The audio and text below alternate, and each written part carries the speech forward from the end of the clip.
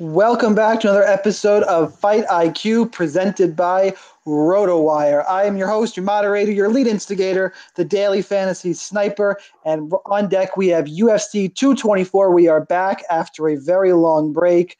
From Rio de Janeiro, the main event is Amanda Nunes taking on Raquel Pennington. And the co-host here to break down all the action, give you the analysis, it is Chris Olson of RotoWire at Real Chris Olson on Twitter. How you doing, Chris?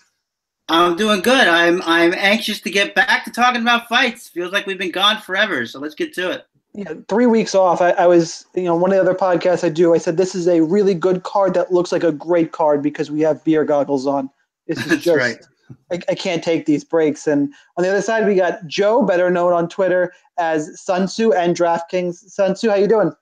Great, man. I was at the AC card, which was a lot of fun. I got to meet up with Drew, Houdini, Josh Stillman. They also do content. Sergeant Scorpion. It was a blast, man. It was a really good card, and I think it would take beer goggles to really like this card. I think the AC card on paper is superior to this card, but because of the hiatus, everybody is anxious to get playing. There are a few fights I'm really looking forward to, and the matchmaking overall, even if it's not a great fight, the matchmaking is pretty good and has gotten better. So, some interesting fights on deck. Before we jump in, I'm going to actually do a couple spots up front. Go to rotowire.com/free, get a 10-day free trial to everything there that's usually behind the paywall, all kinds of optimizers, articles, picks. Make sure and check all that out. They are the ones who make this podcast possible, and of course, are probably how you're watching this on the YouTube or iTunes feed. And again, as I mentioned, I'm at the DFS Sniper on Twitter, at Real Chris Olson, at Sun Tzu. That's enough of the intro. Let's get to the fight, starting with the first fight of the night. The Fight Press prelims will open up with Markus Perez, 9,200, taking on, I don't have the first name in front of me, James Bochnovic at 7,000. Perez, last time I looked, a pretty heavy favorite, minus 320, down to minus 280 now. Joe, I have a hard time paying 9,200 for a guy like Markus Perez, and for that reason alone, even though he's my lean for the fight, it puts Bochnovic in play at 7,000. What are you thinking? It's a more of a fade against Bochnovic. I mean, here's a guy that on the regional scene has been, taken down and abused. His claim to fame is he is a teammate of Ben Rothwell, in Wisconsin someplace. I believe that's in the Midwest. He is not a great fighter. Coming to Brazil, fighting a Brazilian. I don't think Perez is great, but he should have enough or more than enough to beat Perez. So I have Perez as a fairly strong GPP play. How about cash games? Any consideration there? He's 9,200. Yeah, I mean, again, I don't know that you could get him and Nunes in a cash lineup without being really creative. I wouldn't hate him in cash, but I just think Nunes is a lot better play. Yeah, there aren't a ton of punts, which we'll get into as we just kind of notice. There's not a lot of the low price fighters I'm really interested in. How about you, Chris? You got any love for Bochnovic here? No, and I'm actually going to make more of a positive case for Markus Perez. I think he's just going to be a lot quicker than Bochnovic. I think he's going to be really strong. We saw him get some body lock takedowns against what's his name, the football player Anders in the last fight. And I also think he's got a hell of a chin on him. I mean, he really ate some big shots. So I think he's actually maybe a little bit better than maybe your random fighter. And maybe the pressuring style of Anders didn't really give him the chance to show it. But Bochnovic, I think, you guys pretty much said it all. I mean, he's a submission grappler who doesn't hold position well. He doesn't really throw very hard. He throws some body kicks. That's about it. He gets hit a lot. I really see this as Perez's fight, and I'm actually projecting a Perez finish here. So I think I'm going to be pretty comfortable taking Perez in GPP. Cash, I'm not so sure. That's kind of a big price, but I don't know that I'd balk at it completely. Yeah, for me, just to put a bow on it, I think Perez is a really good prospect that's in a positive matchup here where the price and odds just got a little out of control for me, but he's very unorthodox, exciting. Look forward to him in the future. I think he wins. I'm a little worried about the price tag. But We'll see how it goes. The next fight, I suspect I'm on the opposite side. I have been most people I've talked to.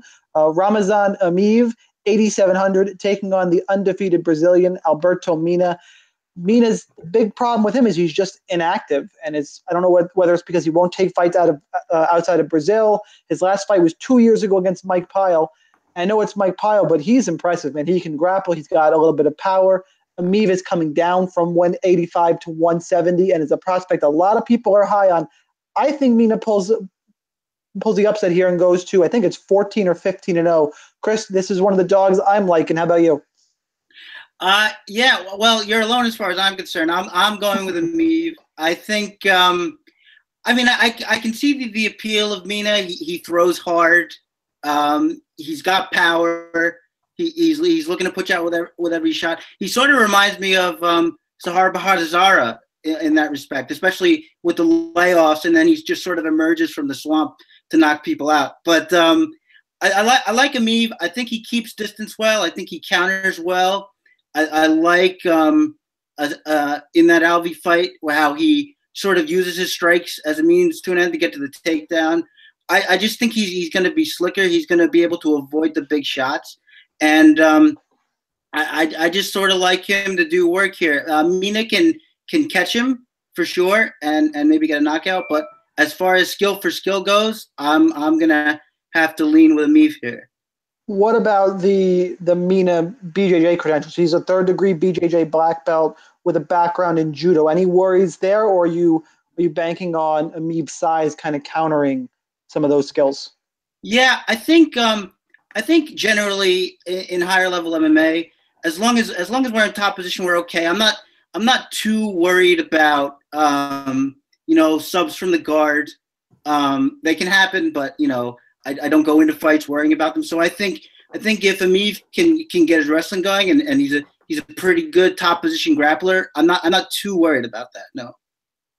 Joe, you picking an upset here, or is it going to be a 2 against 1, Emeev or Mina? Well, 13-0 is 13-0. However, the longer the week got, the more I actually shifted towards Emeev. I'm not too impressed with the quality of Mina's wins. He seems to have a bit of a cardio problem as the fights get long. My understanding is that he is actually the coach for a fight team out of Hong Kong, I believe, is Mina, which is maybe one of the reasons why he hasn't fought so much. I think he'll be easier to take down than Sam Alvey. And also, Emeev is coming down from 185 to 170 for this fight. So I expect him to be bigger and stronger. It's not a fight I love, but I am liking Emeev more. Fair enough. This is one of the ones, maybe I'm reaching for a dog because there's not many I like. I think Mina's in play. But again, I don't think it's a terribly popular pick, as you can tell, and Chris and Joe being on the other side. Moving to the next fight, we have Jack the Joker Hermansson, 8,300, taking on the old Brazilian dog, Thales Leites, 7,900, who is the dog in this fight. This is one of the harder ones for me to break down all week. In the end, I decided Hermansson's speed would be the deciding factor in this one. I think he takes a decision here, or Leites fades late.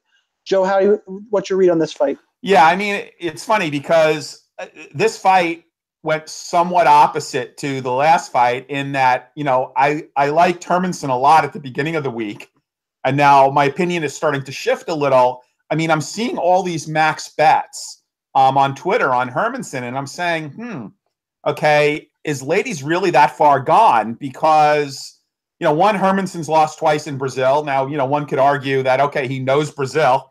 But, it's kind of like me saying that, the same pitcher struck me out twice, so I should do better the next time I face him. I don't know that that's going to help him all that much. Leites, if he is a shell of his former self, yes, Hermansson should definitely win this. I just don't know that I would be as super confident in Hermansson coming to Brazil, fighting a guy that has got a good pedigree. I am still likely going to pick Hermansson to win, but my exposure in mass entry GPPs has been reduced, and I'm definitely going to have some shares of Leites. Chris, this one's a pretty even fight to me. It's basically The last time I looked at the odds, which I have them in front of me, Hermansson's, wow, he's been bet up to minus 155. Thales Leites at plus 135. Hermansson is priced higher, but you're almost starting to get some odds value if the odds keep rising. What's your take on this fight? Well, before I give my endorsement of Hermansson, just want to say what's up, Cloud VII 315 in the chat here. Everybody get on chat and tell us what's up and ask us some questions. Now, moving on. Hermansson, I think here's my major problem with Thales Leites. It's that if he can't get his wrestling game going, what his fighting style degenerates to basically is like a power countering kickboxing kind of thing. We saw that in his last two fights against Alvi and Brad Tavares, and it's just very low output. It's got power. I mean, so if he connects, it can do damage. But I just think Hermansson, he's gonna be moving in and out. He's gonna be firing the jab. He's gonna be looking to get his wrestling going. It wasn't that long ago Thales Leites was out-grappled by Krzysztof Szako. So I don't really know what kind of ladies we're getting here. That said, I don't love a lot of Hermansson just because I think Thales Leites is hard to finish. But as far as the straight pick, I would go Hermansson. And I wouldn't say fade this fight completely, but I'm not going to have that many shares, and the ones I do are probably going to be mostly Hermansson. All right, now we move on to the headliner of the Fight Pass prelims. It is Warlley Alves, 8,800, taking on Sultan Aliev at 7,400. This is one that Alves just falls in an odd price range for me when I was building my lineups today. I can't bid him a ton of places, or right now he's not in my cash lineup. He's in a bunch of tournament lineups, but he's in an awkward price range. But I like him a lot. I think I'm going to try and get more in because I don't think Sultan Aliev is UFC caliber. He went to a split decision against Bojan Velichkovic, and for me, that's all I really need to hear. Chris, what are your thoughts on Alves and Aliev? I like the submission specialist to get one done. Well, I was about to say, since you're looking for a dog, I think a low-cost Sambo wrestler here might just be right up your alley. We've seen Alves struggle with wrestlers before. We know that Aliev is a good top control grappler, and at 7,400, that might be all you need. I mean, I don't expect him to score incredibly high if he wins, but I expect him to get a few takedowns. I expect him to get control. I like Warlley Alves, but I like the blitzing Warlley Alves better. I mean, this guy that we saw last time who's sort of more controlled and sort of plays a more patient kickboxing game. I don't like that as much because I think it's going to allow Aliev to get his takedown game going more. So.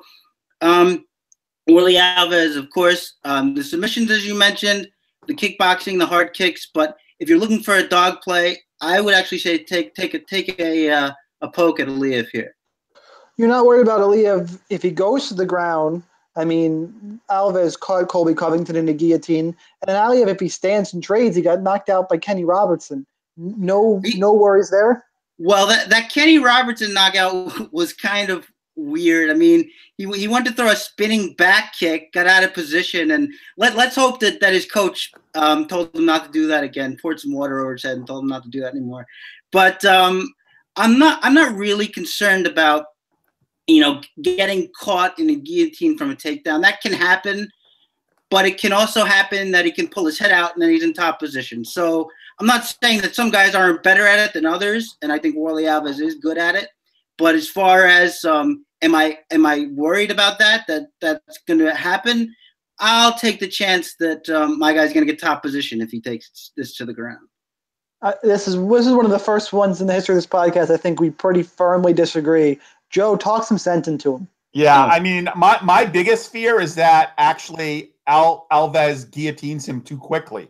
And, I don't get 12X on, 90. For GPPs. Yeah, I get stuck with 90 on an $8,800 salary. Look, I think Alves, Okay, let me back up. So Alves has been somewhat of an underachiever. His past couple fights, his scoring has not been good. He's had some gas tank issues. Barberena just ground him out and wore him down. I think Alves realizes, and again, I don't know. I don't have a crystal ball. I don't know if he's worked on improving his cardio. I think it's in his best interest to try to end this fight early. I don't think Sultan Aliev is one of the stronger Russians. Sambo guys out there for a lot of the reasons that, Sean stated, fight IQ among them. To be knocked out by Kenny Roberson, that's just crazy shit. So again, I like Alves. If the fight gets past the second round and does go to a decision, it's probably not going to work as a GPP play. So if you're playing Alves, you got to play him to finish because he is not going to score enough to make him a viable GPP play, at his price point. So now we are up to the first fight on TV. This week, the prelims are on FX, not FXX, not FS1. It is on FX at 8 o'clock Eastern Time. Elizeu, Zaleski, Dos Santos, 8,100, taking on Sean Strickland, 8,100. This is a fight that up until, I think yesterday, I changed my mind 5 or 6 times on. I'm now with Sean Strickland to get the win in Brazil. Just his wrestling, his length. Zaleski is tough, man. This is one I could see going either way, and I really see it going to a decision. I think the over 2.5 is a decently high line. Was trying to pull up while I was talking. I think it's in the minus 200s. I'll find out for sure in the transition, but I don't think you need a ton of this fight. And right now, I'm on Strickland, but there is odds value in Dos Santos. Zaleski is minus 130 in the 8,100 apiece fight. Joe, what do you got? Yeah, look, I'm not too sure why there's odds value on Zaleski. I like Strickland here. I mean, his 2 losses are against the 2 elite guys in the weight class, Usman and Ponzinibbio. One of the issues with Strickland is he's overly cautious. It seems like when he fights, he's got the reputation of being a killer gym fighter. Where he's actually more aggressive in training than he is in the octagon. I believe he changed camps. I want to see a more aggressive Sean Strickland. I generally don't concern myself too much or as much as others with, home cooking, so to speak, judges in a certain country favoring their fighters. This is one fight where I do fear that if Sean Strickland fights a typical Sean Strickland type of fight, and it does go to a decision, that he could potentially lose a decision. So my pick is Strickland. I like Strickland. I think he's better in pretty much everywhere versus Zaleski. I just want to see a more aggressive Sean Strickland, and I do not, under any circumstances, want him to leave it in the judge's hands. I said I would get the number in the transition, and I have it. It's minus 290 to go over 2.5 rounds. So 8,100, you can still make a play for him, but if you're looking for a fight to fade, this might be up on my list. How about you, Chris? Yeah, I think I would echo those sentiments. I mean, I really wish, and I didn't expect it to be unanimous on Strickland here, but I really wish he was more in that 75 to 7,700 range, just because, I mean, I know what Joe means about, being more aggressive, because you see him, and he's got such good skills, and he's got, but you see him and he jab, dances around, hook, dances out. He just never sort of takes over the fight, even when it feels like he can. And, you're like, go get him. He just sort of, okay, well, I did enough. It's sort of like how people say Floyd Mayweather wins fights. He'll win. He wants to win by landing a couple more punches than you. That's how I feel. That's how I feel like Sean Strickland operates as well. But in a matchup with, we got 2 strikers, I generally always go for the more technical striker. That's Sean Strickland. Sean Strickland, as you mentioned, he has the wrestling. Zaleski Dos Santos, of course, he's got big power. He actually looked a lot more controlled, at least to me, in that Max Griffin fight. He wasn't winging shots quite so much, and he actually showed some semblance of a jab, so that's interesting. But I do think Strickland takes the fight. I think he's gonna be able to keep himself safe, and I think Dos Santos isn't gonna pressure him like Usman did. So I think he'll be able to do his work and get it done. I have some pretty strong opinions on the next two fights, so let's see if we can get into a couple arguments. Sound good? Let's do it. Davi Ramos, 8,500 against Nick Hein, 7,700. Nick Hein, I don't get it, guys. I don't think he's very good. Yes, he's 4-1 in the UFC. His last win was against Tai Hyung Bang, and that's probably his best win. Davi Ramos made his UFC debut up a weight class against Sergio Moraes, a very good fighter, looked really good. Last time out, he fought Chris Gritzmacher. I know Gritz isn't great, but he just dominated Gritzmacher. He's big for the weight class. He's strong. World-class BJJ, which is something I am very, very partial to.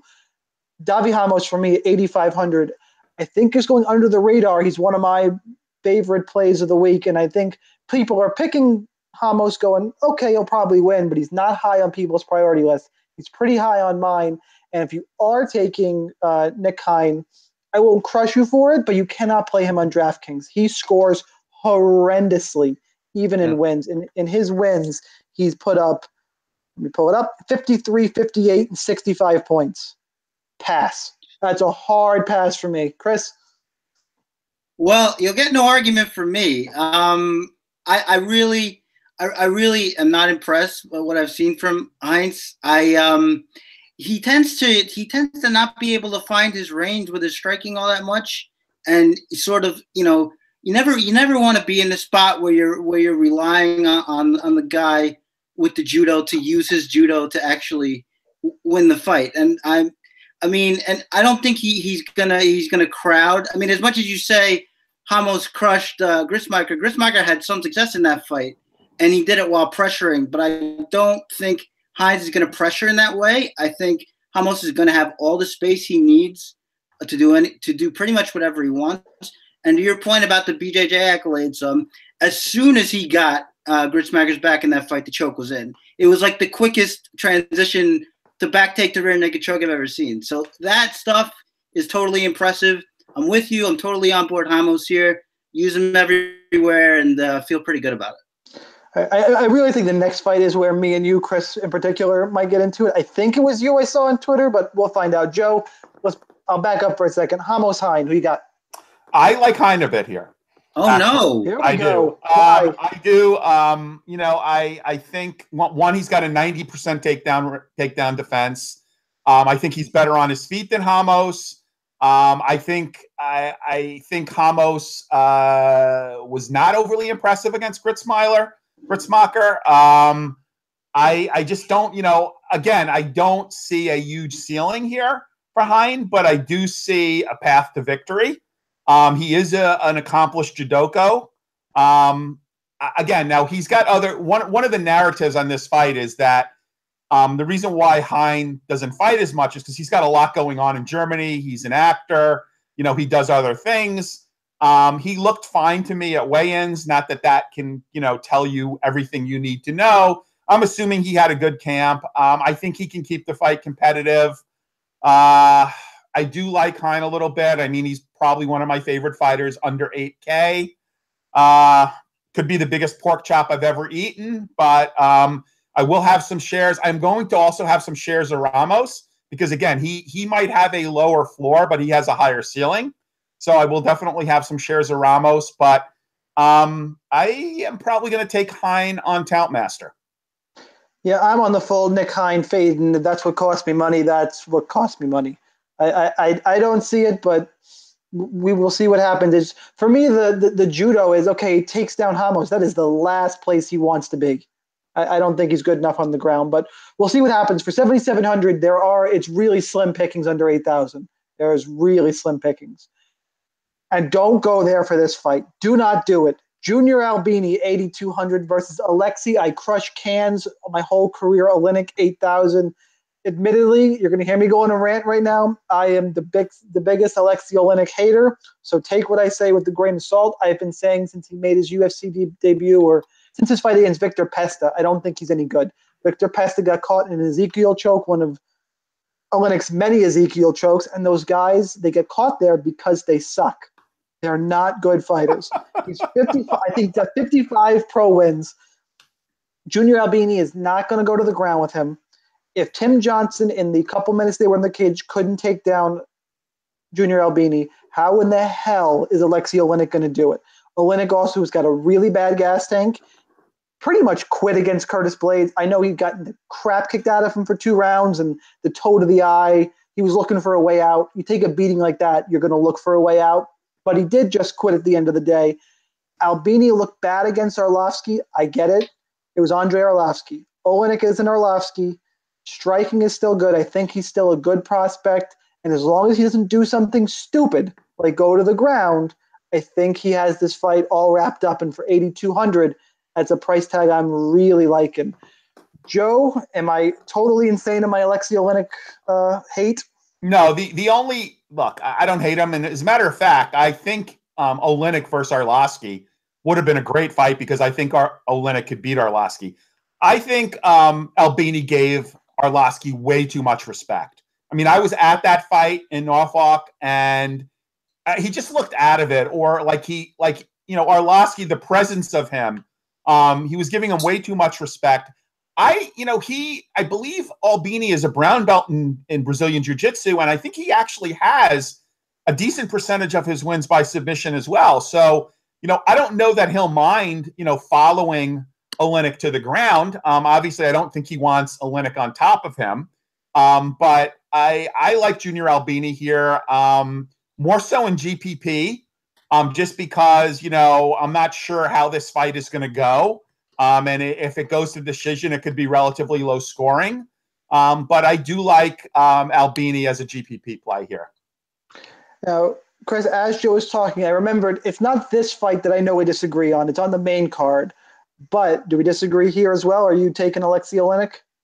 Well, I can't abide any of this. First of all, Aleksei Oleinik is awesome. He's very cool. His submissions are very cool. He's a big, tough, old warhorse, and we all love him, despite what Sean says. We all love him.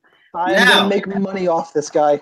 That's why I love him. Well, I should say that despite my love for him, I think he might be in a bit of trouble here, unfortunately, because I just think, I mean, if he did the typical thing, Sambo thing of throwing, rushing in and getting the clinch, that would be one thing. But he tends to stand in space too much. And if he stands in space here, Albini's a guy with fast hands, and he throws in combination, and he can get tagged up really easily. I hope, as a fan, as of course we all are, of Aleksei Oleinik, that he rushes to the clinch, and that's his game plan. But I don't think he's going to do that. And because of that, I have to take the baby man here, hopefully not in his diaper. God, hopefully I hope not. Hopefully they get him. I had to watch Arlovsky for tape study and then Albini, so I saw the diaper twice. It's burned into my retina at this point. But I do think that he comes out ahead here. I think that he is your safe play everywhere. But I don't totally discount Oleinik, because if he gets him to the ground, I think that's over. And I do think he can take a beating. He took a beating in that Daniel Oleinik fight. So, I'm a little sketchy on whether he quit in that fight or not, if there was a language barrier or whatever. But regardless, so the pick, Albini, the GPP play, Oleinik. That hurt just to even say, but I will give you for GPPs, sure. He's live to a sub. Yes, victory. Moving past that, begrudgingly, we get to our prelim headliner, a really interesting fight. Karl Roberson, 8,600 versus the, I'm going to call him the line move, the odds value darling of the card. That's what words I'm looking for. The odds value guy, Cezar Ferreira. Mutanchi is 7,600, and he is minus 105. Roberson, 5 straight first-round finishes. What the hell is going to happen if this goes into a second round? Also, if Ferreira gets the fight to the ground, I don't know if Roberson has the skills down there. I know he choked out Darren Stewart. Okay, Mutanchi's a different beast. It was a standing choke. Right. He didn't. Didn't he get a takedown in that fight? I think it was a takedown. I thought it was a standing choke, though. I mean, I could be corrected, but I thought he choked him out standing. Think so. I don't think so. I was at that fight in Norfolk, and I think it was a standing choke, but I could be wrong. Maybe you had a few drinks, but maybe it was a standing choke. Could be. Either one is possible. For this one, it's almost a shame the odds values come up because I was leaning Ferreira anyway, just because of the intangibles I look at. Roberson's questionable cardio. He's very green in MMA. He's 6-0 pro record. The worry for me is Mutanchi's chin. He's hidden it very well since it was exposed, getting knocked out by a lightweight in Jorge Masvidal. But in his last 6 fights, he has 16 takedowns. I think it's more the same here. And really, if you're looking for just kind of eat some chalk and cash games, Mutanchi's the way to go. Chris, what do you have in this one? Yeah, my worry about Mutanchi here is, when he gets pressured, we've seen it before. He tends to freeze. We saw that in the what fight? What was his last fight? Marquardt. The Nate Marquardt fight, and Marquardt advanced and actually knocked him down in that fight with a shot. He allows himself to get backed up. I don't know if Roberson's going to do a ton of that. He can do it. He likes to stand his base as well. He's also very good in the clinch. We've seen him land good knees and elbows in there. Ultimately, I do think Mutanchi is too powerful. He's going to be too good on the ground. I don't really give any credence to choking out Darren Stewart. I don't think Darren Stewart is a UFC caliber fighter. So I'm going to go with Mutanchi here. I don't totally discount Roberson because I think it can be really glaring if you back Mutanchi up and see him freeze like that. That kind of worries me. But in the end, I'm going to say Mutanchi could probably get it to the ground and get it done, or land a big shot and maybe put him out. I do think Roberson is really interesting for GPPs because the odds value has him priced up, and he's very alive to finding that glass chin of Mutanchi. Joe, you're a GPP guy. You going to have some Roberson? Yeah, I'll have some Roberson, but I mean, he's a very high ceiling, low floor guy as far as I'm concerned, because again, we have not seen a lot of depth from his fighting. I mean, he blitzed through a guy in the Contender Series. He choked out Darren Stewart very quickly. I hear this narrative about his kickboxing pedigree. Okay, well, he's an 0-3 kickboxer. And if you ever actually want to see a fixed fight, watch his first fight because, man, that fight was as close to being fixed as any fight I've seen. If you can find tape on it. My issue is that, we don't know what's going to happen if the fight gets out of the first round. I think that there is going to be a lot of ownership for odds value on Cezar. I think I'll probably use him in cash. My concern is, though, that he has a bit of a risk in cash because if he does get flash KO'd by Roberson, then, good night, Irene, you could get, 2-3 points out of him. On the other side, if the fight gets dragged out, it could be a really worthwhile investment. I think you should have some Roberson in GPP. I would not play Roberson in cash. I see Cezar as better in cash, but it wouldn't kill you if you add a few shares of him in GPPs. Yeah, I think I'm pretty much on the same page as you guys on that fight. We will move on to the first fight of the pay-per-view, and it could be fireworks or it could be a snooze fest. This is a weird choice to me to lead off this card, but it is Lyoto the Dragon Machida at 8,900 taking on Vitor Belfort at 7,300. Belfort showing up in his bathrobe, just waiting. This is his last fight in his UFC contract. He's waiting to go to Ryzen and become TRT Vitor. That guy I would bet on any day. This is a weird fight. I like Belfort just because of the odds value, not the odds value, the price. I can't pay 8,900 for Lyoto Machida on any planet. I can't do it. So I'll have some Belfort just for that reason. Joe, am I crazy to fade Machida here? I think you might get a little bit of leverage if you play him because I think I'm in the popular opinion of 8,900 is too much. Yeah, this is the fight I'm going to have the lowest exposure to in mass entry GPPs. If you're asking me to pick a winner, I think that Machida has retained more of his skills at his advanced age than Belfort has. I don't think he misses the juice nearly as much as Belfort does. I think the longer the fight goes, the momentum is going to be greater in Machida's favor. Belfort, if he's smart, he'll rush out and try to catch him, although Machida's got better movement. He's more of a counter puncher. The issue is this is not going to score very highly if it goes to decision. The only chance of getting any value out of this fight is if one finishes the other quickly, which I don't necessarily see happening for the reasons I stated. So this fight is really a big pass from me. In mass entry GPPs, you should probably have a few shares of each, but I like Machida to win the fight. Chris, which one of the Brazilian legends are you taking? Well, first let me say that I think, the UFC has done some really ethically questionable things in their time, but I think the most unforgivable is making me watch tape on both of these guys recently, because it was just not a fun time. I mean, we basically have the question that you basically have is which fighter is less shot, right? Which fighter is less shot? To me, I'm going to disagree with Joe. To me, the answer is Belfort, because I see Belfort still pressuring, still going to explosive bursts with the quick hand, still using his body kicks. Machida basically has one move now. He's going to let you back him up, and if you rush him, he's going to try to counter you. That's all he tried to do during the Derek Brunson fight. That's all he tried to do during the Eric Anders fight. So this fight goes one of three ways, right? Either one catches the other, or they stare at each other for 15 minutes. I think, if I had to guess, they're about all as likely as each other.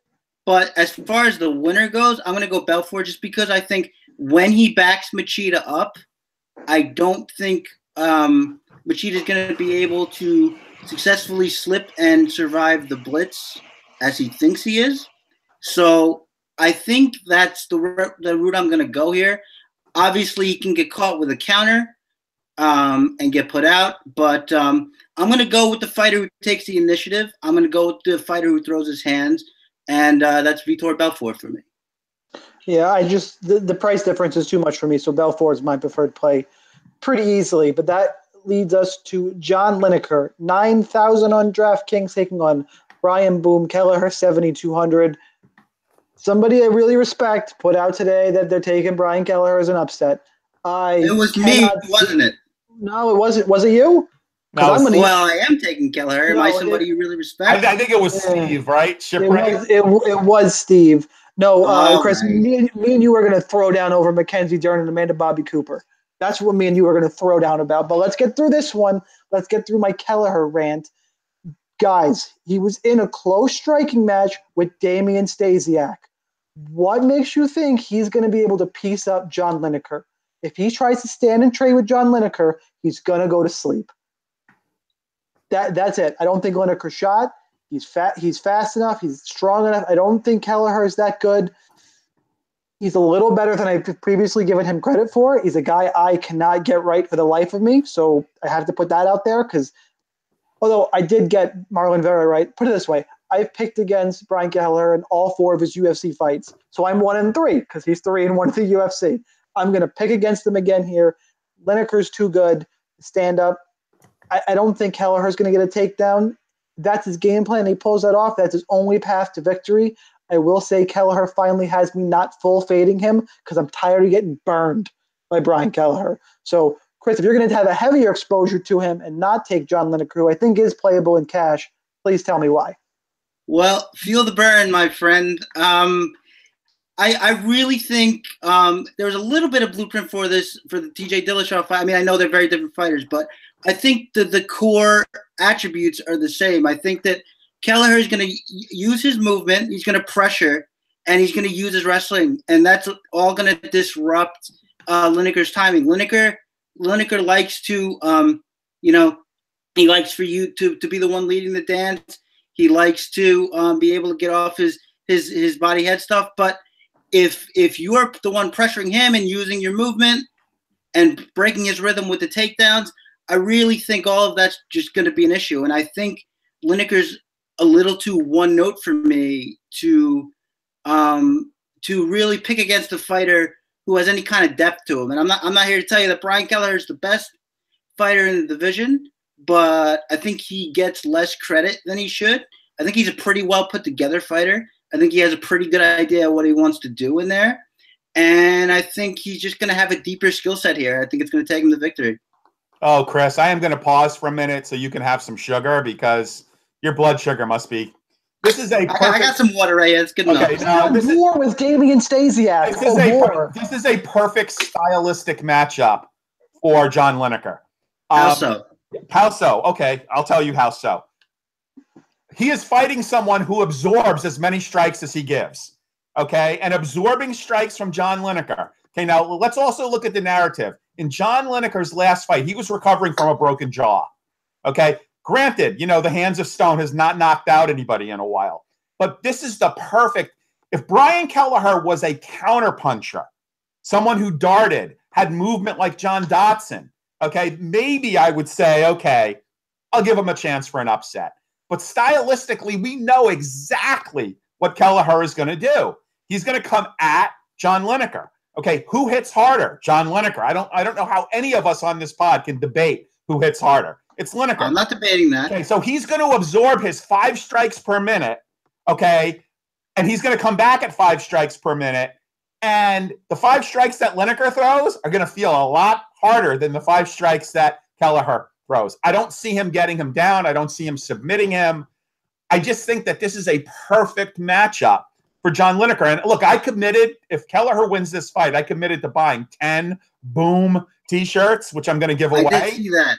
But I gotta give one to Chris. Yeah, I mean, again, you'll get one. That's fine. Again, I'm not saying don't play him because look, he's surprised a lot of people. I wouldn't get near him in cash. I don't, again, Brad, someone who I respect, thinks that Kelleher is not a bad play in cash if it goes to decision. And I could see that because he's a high volume striker. If you want to take a flyer with him in GPPs, you should certainly have some lineups. I certainly like him exponentially more than Amanda Bobby Cooper, who I think might be the worst play of the year. But in any case, I would definitely say, perfect matchup for Lineker. Good play in cash. Now, again, if it goes to a decision, I don't know, and he doesn't get any knockdowns, I don't know if Lineker is a great GPP play. I think he's fairly safe in cash, though. I'm sorry. Can I just interject a little bit here? Sure. Maybe we should ask Yuri Alcantara if Brian Kelleher knows how to counterpunch. No. Yuri Alcantara is shot. It's apples and oranges. Yuri Alcantara was so done. He didn't know how to defend a guillotine. He didn't even attempt because to he got rocked. He got rocked. Oh, no. Come on. Yes, he did. No way. I mean, look, he lost to Luke Sanders for crying out loud. I mean, come on. Jesus. He didn't lose to Luke Sanders. I will say Kelleher. He beat Luke Sanders.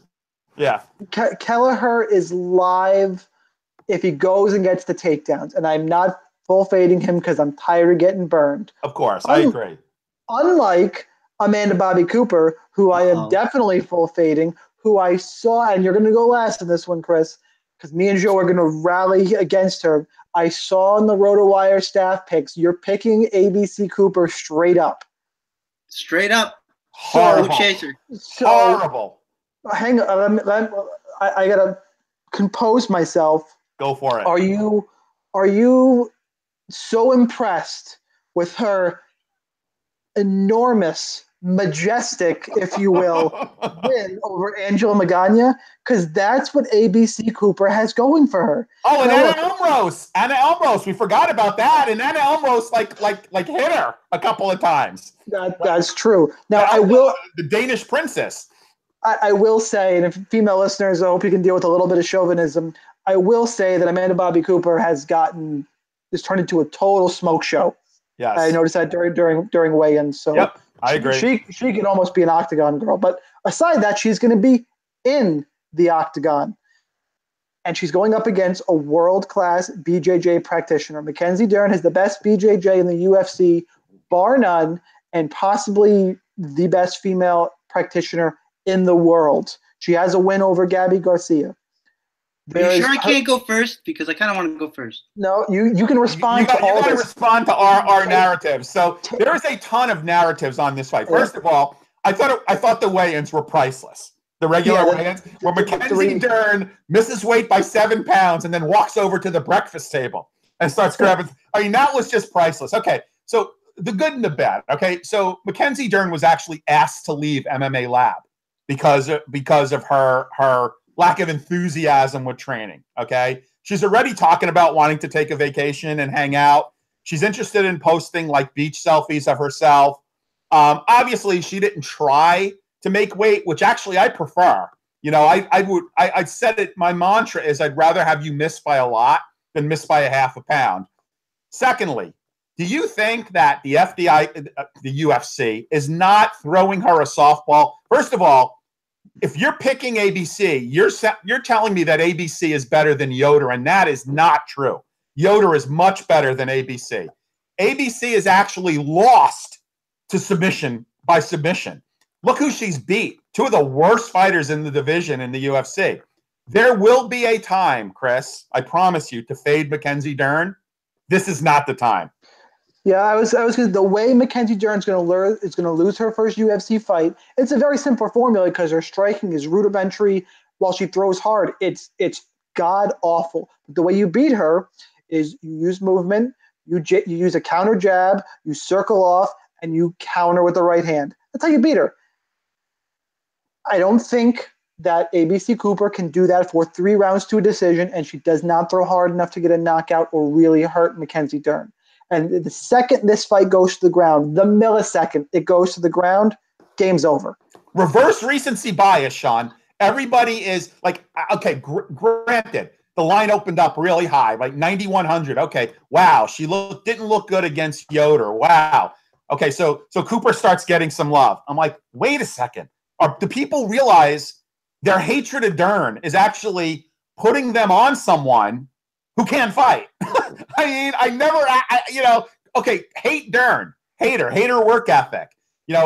Say that she's overrated, whatever you want to say, but look at the opponent, okay? Look at the opponent. That's all I ask. And the last piece before we go to Chris is that I think all these shenanigans are actually going to help her ownership in terms of lower her ownership in GPB, where I can get some really good leverage. I'm looking at a high percentage of Dern. I can't go all in on my max percentage because of some of these intangibles, but moving camp, missing weight by 7 pounds, the translator that I won't even go into, all these things make people hate her and make people not want to play her for emotional reasons. If you're playing DFS, this is a money game. It's about money and ROI. Where is the smart money? Got to take your heart out of it. To me, the smarter money, the higher upside for sure is with Mackenzie Dern. Fire away in cash too, Chris. Fire away in cash. The floor is yours, Chris. Why are me and Joe the biggest idiots on this podcast? Well, I mean, I feel like I need a PowerPoint presentation to address all that. But let me say, I don't hate Mackenzie Dern. I think she's a weirdo who speaks with a Brazilian accent when she's not Brazilian. But otherwise, I don't hate her. I just think you asked me what I was impressed by. What exactly were you guys impressed by? This kind of striking coming forward? I mean, she's not going to win by striking. But it doesn't. Okay, so did you guys watch the same fight I did? Did you see Ashley Yoder put her on the ground with a counter right hand? Because I saw that. Yeah, but Yoder is better than Cooper, though. But it's the same.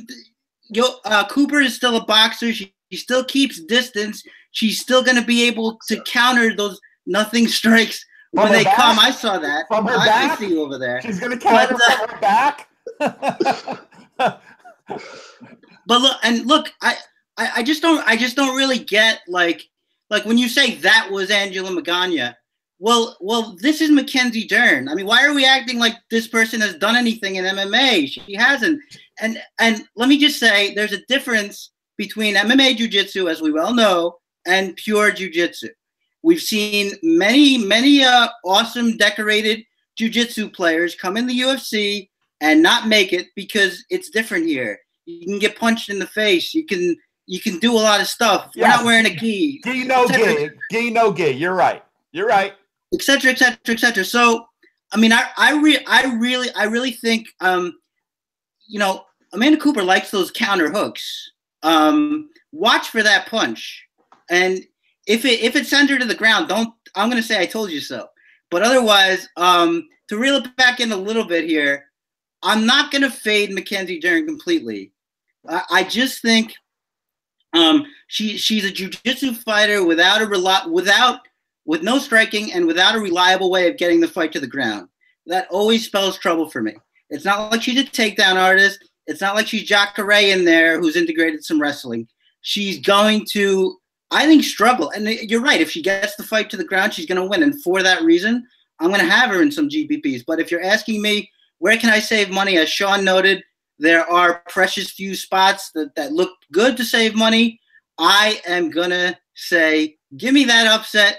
Give me all those beautiful points for myself with ABC, the way to be, you and me, and that's what we're going to do.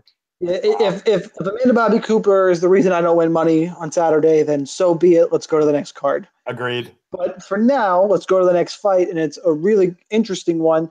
In Ronaldo Jacare Souza, 8,400, taking on Kelvin. I should be a welterweight. Gastelum at 7,800, and that's my big problem with this one. Is, you know, similar to Mackenzie Dern, is a strawweight who can't make strawweight. She's going to end up being a flyweight. And Kelvin Gastelum is a welterweight who's fighting at middleweight because he can't get his diet in order. That's the way I see it. And he tried to put on muscle to counteract that. Gastelum has fast hands, and he could catch Jacare coming in. Jacare, you know, the size advantage. We saw Kelvin Kennel be taken down just by bigger guys, by Chris Weidman. I know Weidman's wrestling is far superior to Jacare. It's just the size mismatch is too much for me here. This is one of the elites at middleweight taking on a welterweight. So I got Jacare all day here, and it's really a matter of getting my exposure right because Gastelum has this nasty habit of knocking out legends. Now, granted, it's mostly tainted and fallen legends, but it's what he's done so far. He's not intimidated by the situation. I have Jacare here, and I have him pretty comfortably. Chris? Yeah, no argument on this one. We all get a chance to relax, I think. I think you said it. I mean, that second round, I think it was the second round in that Weidman fight where he was able to just grab his ankle and pick it and take him to the ground. And I just said to myself, oh boy, this might not be the best weight class for him. I just think that the size is going to be too much. I think Jacare gets this to the ground pretty much whenever he wants. Can Kelvin knock him out with his fast hands and combinations? Sure, he can, but I think people who are expecting that are sort of underrating Robert Whittaker a bit. I think they fight very differently too. Whittaker is very in and out, very disorienting, doesn't let you. Gastelum likes to sort of stand in front of you as good as his footwork can be. He sort of stands in front of you. I think he's going to be a much more hittable target on the feet. I think people are also underestimating the fact that generally Jacare keeps himself safe, even though he didn't there. He likes to back away and sort of switch stances on the counter. We saw that in the Derek Brunson fight. I love how he does that. And I think his wrestling is really tricky. As you said, he's not the wrestler that Chris Weidman is, but, you know, he can go for a double leg, and if he misses it, get the reap. He likes to chain things together. I think he's not your typical jiu-jitsu guy who needs to desperation wrestle to get it to the ground. I think he's a capable wrestler, a competent wrestler. He's way bigger. And for all those reasons, I just have to take Jacare. Joey, looking at a clean sweep here, or are you taking Kelvin? Look, I picked Gastelum for the RotoWire, but as the week got long, I mean, Gastelum's advantages are hand speed and cardio, right? So would it surprise me, and this is why I think you need to have some shares of Gastelum in GPPs and why I don't like Jacare in cash. It would not surprise me. Look, he dropped Weidman, right? It would not surprise me if he dropped Jacare. However, Jacare, the size advantage is distinct. Jacare has had a bit of a resurgence. It's interesting because, he lost the fight shortly after he got his contract renewed by the UFC, and he was openly celebrating at the money he was getting, Jacare.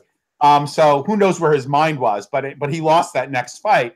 I'm probably shifting my stance somewhat. I like Jacare to win the fight, but I do not necessarily endorse him in cash. I like him as a GPP play. I do think that Gastelum is fairly live just because of his hand speed and his cardio. He could potentially drop.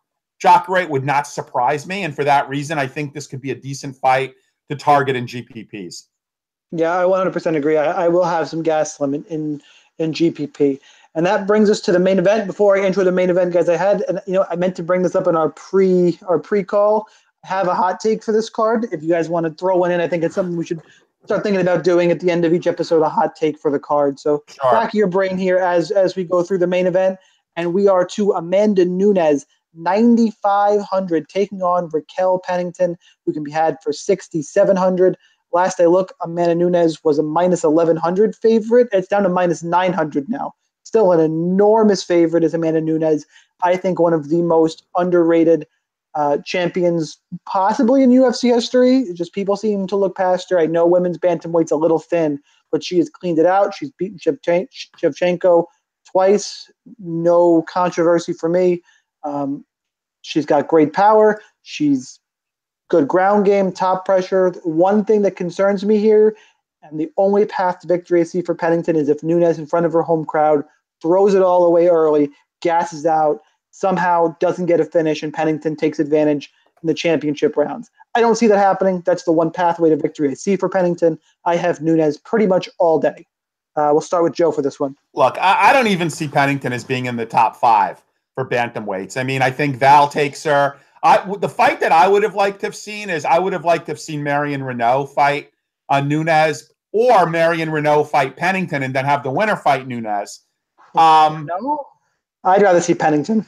To me, look, Pennington hasn't fought in 18 months, and no warm-up fight, just right to Nunes.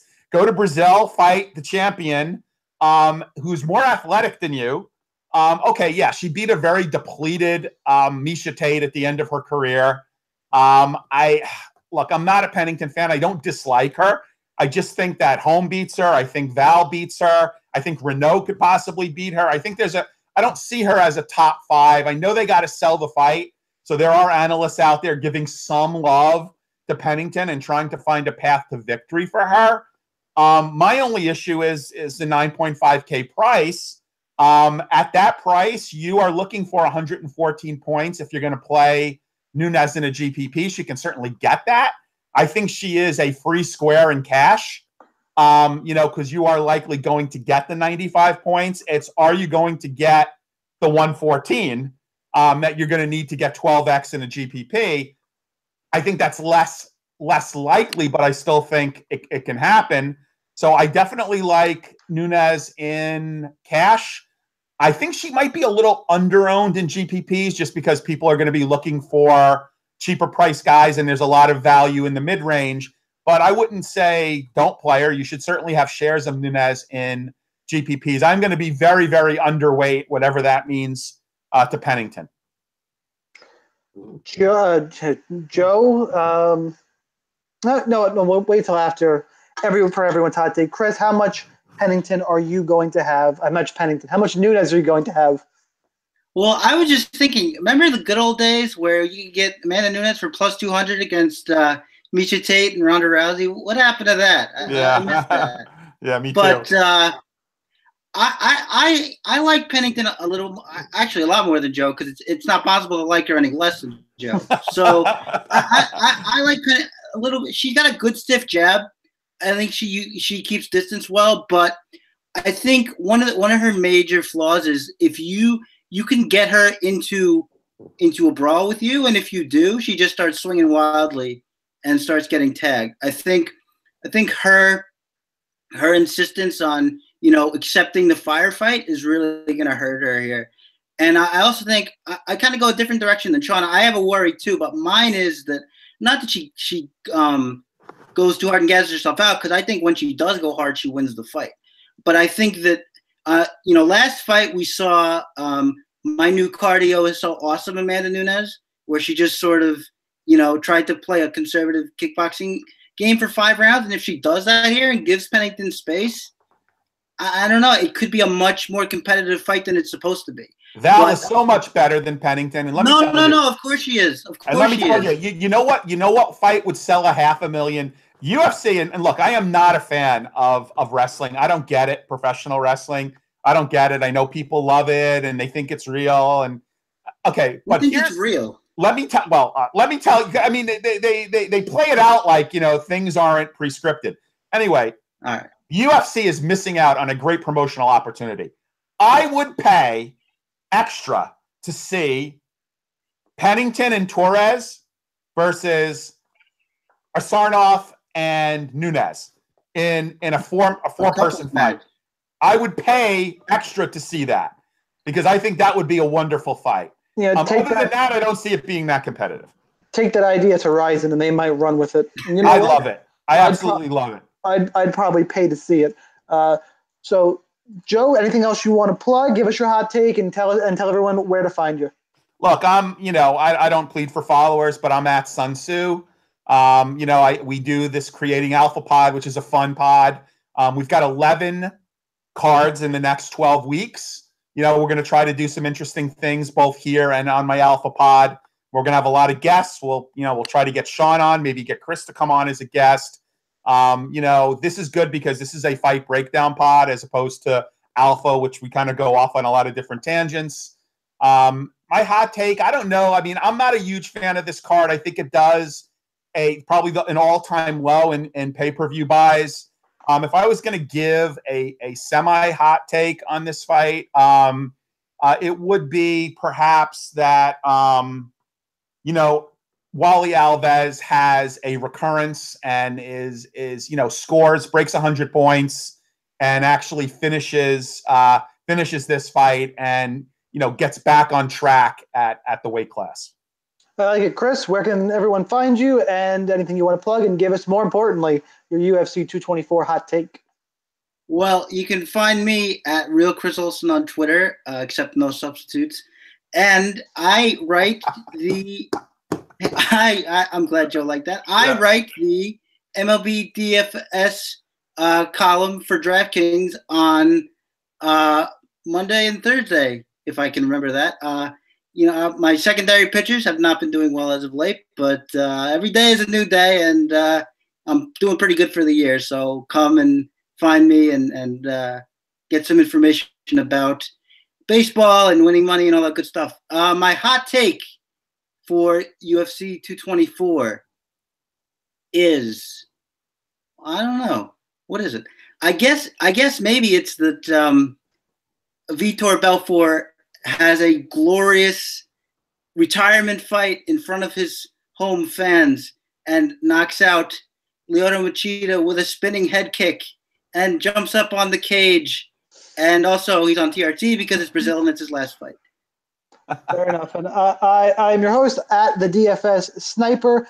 I will, for my hot take, I'm going to rattle them off too. This card is going to have the most submissions on it since UFC Fight Night 90, and ooh. I'm looking at 6 submissions. And I'm gonna go through, see if I can call them out real quick. I think we're gonna have a Jacare Souza submission, a Mackenzie Dern submission. We'll go a Cezar Ferreira submission. Yeah, Davi Ramos gets a sub. Warlley Alves gets a sub. And I gotta find one more. And Alberto Mina gets a sub of Emeev. So that's a hot take. We're gonna somewhere in there. Maybe I missed one here and there, but I'm gonna call 6 subs on a Brazilian card with a lot of waiting with his pacing. Again, for everyone here, thanks for tuning in. Make sure you go to RotoWire, rotowire.com/free, 10-day free trial to everything. We'll be hopefully seeing a lot of you, as Joe mentioned, 11 fight cards in the next 12 weeks. No more weeks off. We are ready to go. Good luck in your contest. We will see you next week. Howdy. Out of here.